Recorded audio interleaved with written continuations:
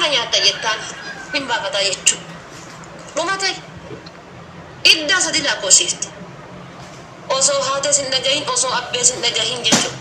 Osoo hiriyyaan jidduuti yaaftan daantee jidduu isaa jettu sin dhagahin. Ni obsitaafi.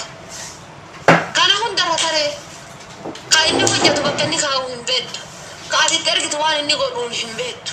Macaqe ati guyyaa hunda fooqi marabaa dhiibta. Kiniini ma nyaatta. Ilmoo gara qabataa jirtu. Ofii erganikaa hidhattee waggaa 4, waggaa 5, waggaa 3, waggaa 2 wayi faayidaa takka hin qabdu. Ofii guyyaa hunda karooruma gadi sitti fida akka kaabinee gandaa. Akka kaabinee gandaa karooruma gadi sitti fida. Nama ganda keessatti gaafa torbaa yoo gahe 15 yoo gahe kaabinee waraqatuma wayii qabattee abbaa beeluu assalaamu alaikum naga jirtanii fayyaadha dhaga jirtanii asam fayyaa jirtanii aboo gandarratti akkana birrii hagas hagas qabadha koottaa isin hin jedhanii qotee wanna wayitu tuyyuu gandarra akkasii jirra magaalaa akkasiirraa dhufaa jira guyyuma hundaa jechuun nama guurtan birrii nama kennitan birrii nama kennan bira abbaan bootiin kennan oorruu gurguratanii maal gurguratanii nama kennan faayidaan hin jiru jechuudha. Atis eega heerumtee nikaa godhattee abbaa mana kan kee harka seente ijatan teeta qara akkanatti dalleerraan akkana waa silaaltu san gadi godhuu qabda. Lafa gadi qabuu qabda jechuudha. Ijatan teeta garana qaloo qaloo si jettu san jechuudha. Argitee lafa gadi qabuu qabda. Lafa gadi. Maali biree haadha manaati. Haadha manaa harkaa qabda. Abbaa manaati. Tani dubartiin laman beektu takka wallaaltu. Ammallee yoo wanti dubartii irraa isin laallattan takka yoo jiraate warri dhiiraa qalbii isiiti yoo wanti dubartii wal caaltu yoo jiraate qumatii bifa haala jiru jireenya mana keessaa walii bultiin ishiin yoo taate malee hallayyaan hallayyummaa maaltu hallayyaadhaan oolu fayyada jedhee goonni kenna jechuudha haa caalu tokkoma jechuudha. Ati dubartii takka irraa wanti ati laallattu xiyyaara wayii si hin ooftu kan qumatii isii laaltu xiyyaara si bada liifti kan qumatii isii laaltu kan dirqama qumatii isii laaltu dirqama isii ta'e xiyyaara si bada liifti no xiyyaara si hin bada liiftu. Mana keessatti haadha manaa tantee taate keessummaa tantee haadha tantee abbaa kan kee basawwee dubartiin takka gaafa si jaalatte maatii kan kee jaalachuun isii dirqama sirratti. Si jaalachuu bichaa laaluun qabdu, si faarsuu bichaa laaluun qabdu. Hagama haadha ta'e jaalatti, hagama abbaa kee jaalatti. Hagama obboleessa keetii kabajaa qabdi, hangama ardaaf abbaa keetii kabajaa qabdi. Dubartiin rawaan akkasii ilaalladha. Gaafa dubbattu hoo hangam rahaa qabdi. Guyyama wal barattan san madaaluu qabdan dubarti. Guyyama wal barattan, guyyama wal dhuftan san hangama obsa qabdi.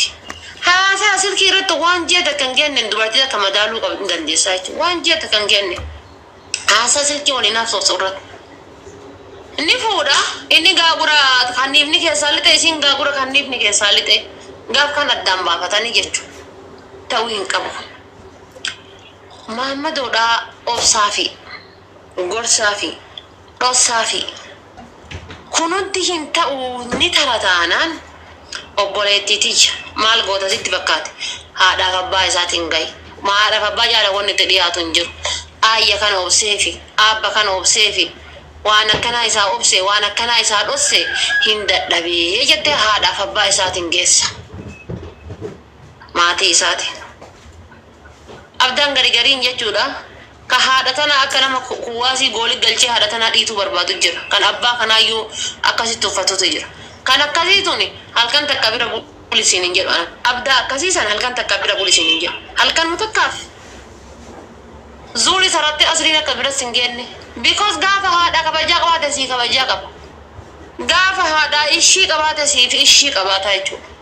Ka haadha ishii hin qabaanne kan haati kuftee haadha waliin qabne kan abbaani oorruu gadi bahee baqaffachuu qotachuu dadhabee mee mucaa kiyya oorruu tan akkas naa godhi jedhu inni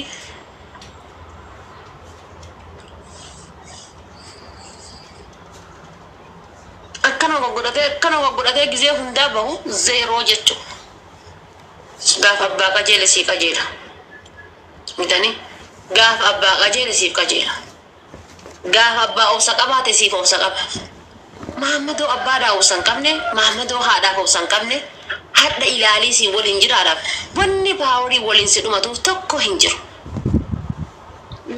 Shawanan keenya bilaasha paaworii keessa loos godhu jirta.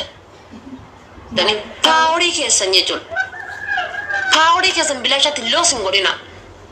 Inshallah miliyoona biraa qabaadhu. Miliyoona biraa dabaltee fi xumurra miliyoona san namni faayidaarra oolchine miliyoona biraa katitti kennitu faayidaarra siin oolchu. Miliyoona biraa faayidaarra siin oolchu. Obsiteertaa fi dhoositeertaa fi callifteertaa fi kan hin dandeenye haadhaaf abbaa himatte haadhaaf abbaan hin dandeenye miti obboleessa kiyya jettaan.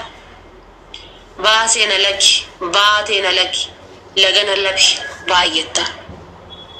Ofirraa karaa nagayaa haa deemu. Karaa nagayaa. Karaa qabbaneeftu haa deemu. Gooyettaan jiraadhu jireenya mataa keeti. Gaafa isaan adda baate irraa ammoo wanni ol sifannisee gubbatanis si godhu wayitu hin jiru. Jetti kunamaa faateen garigari wal dhiiftani erga biraa deemte erga paantii tante qumta tanteeti adda qoodamtani maaltu si iyyisiisa maaltu si ililfachiisa. Isaan adda baate taanaan wallahi isaan adda baate taanaan lagadhu haadha isaatii bilbiluu abbaa isaatii bilbiluu maatii isaatii obboleeyyan isaatii hiriyyoota isaatii fagaadhu obboleetitii irra suuraa isaa silkii kan keessa dileetii godhu akka nama toobaa rabbii kan keetitti deebuu kanatti toobaa rabbii keetitti deebiiti jireenya kan kee gaffay dagatte jechuun hagas kute si keessaa jarjara saniin akka nama intala takka kadhachuun manaa bahee intala takka dhooggataniititti jarjara saniin ammoo fiidee fiigichaan osoo hafuura kan kee gadi hin deebiin Maammadoo biraa hin korin Maammadoo biraa maaliif siin jedhu tokkoffaa ati mataan kan kee dogongora qabaachuun malta. Dogongora qabaachuun malta ati mataan kan kee dogongora qabaachuun malta. Dhiirri tokko gaafa addaan baateen dhibba keessaa paarsantii takkallee taatu waan sirraa hir'isu wayii hin dhabu. Dhibba keessaa paarsantii takkallee taatu waan sirraa hir'isu hin dhabu dhiirri tokko. Haa nyaadhu siin jedhu taatu nyaata nyaattee nyaatuma kana nyaata nyaattee ka'ii nyaadhume shaaworima kana ka'ii galime hirrimoo kana deemii raftu malee yookaan haadha tanteetti dawwaltee dawwaliifi yookaan si dura haadha teetti dawwalee haadha tantee gaafachuu waan sirraa hir'isu wayii hin dhabu. Uf laaltaatis dogongora kan kee uf argita. Nama kiiloo gubbaa bahe kiiloo fi mazzanuuti tatillee uf mazzanu. Gaafa isaa waliin jiraattu dogongora mallaqa qabdu uf laaluu qabda. Iddaa kan kee laakkayachuu qabdu. Asumaa kuttanii fiigichaan osoo mana abbaa gammachuu irraa hin dhaabatin dhaxxanii adee mana abbaa Abdallaatitti dhiira biraatiin walitti seenuu irraa of eegaa. Dubartiin gariin akkas illikiidha. Nama biraa hin jaalattu deemtee dhattee hiriyyaa isaa jaallatti. Illikiidha kan. Illikii. Maaliif jaalatta illikii isaati? Illikii ni nadhiise. Illikii isaatiif deemtee Kadiiriif Aadamiin ta'uu wantu keessaa tokko jaalatte. Abdallaa wal gadhiifnaan Aadamiin jaalatte. Illikiidha jechuudha. Morkaa. Obboleessa kee dubbiin morkaati dubbiin bultiidha.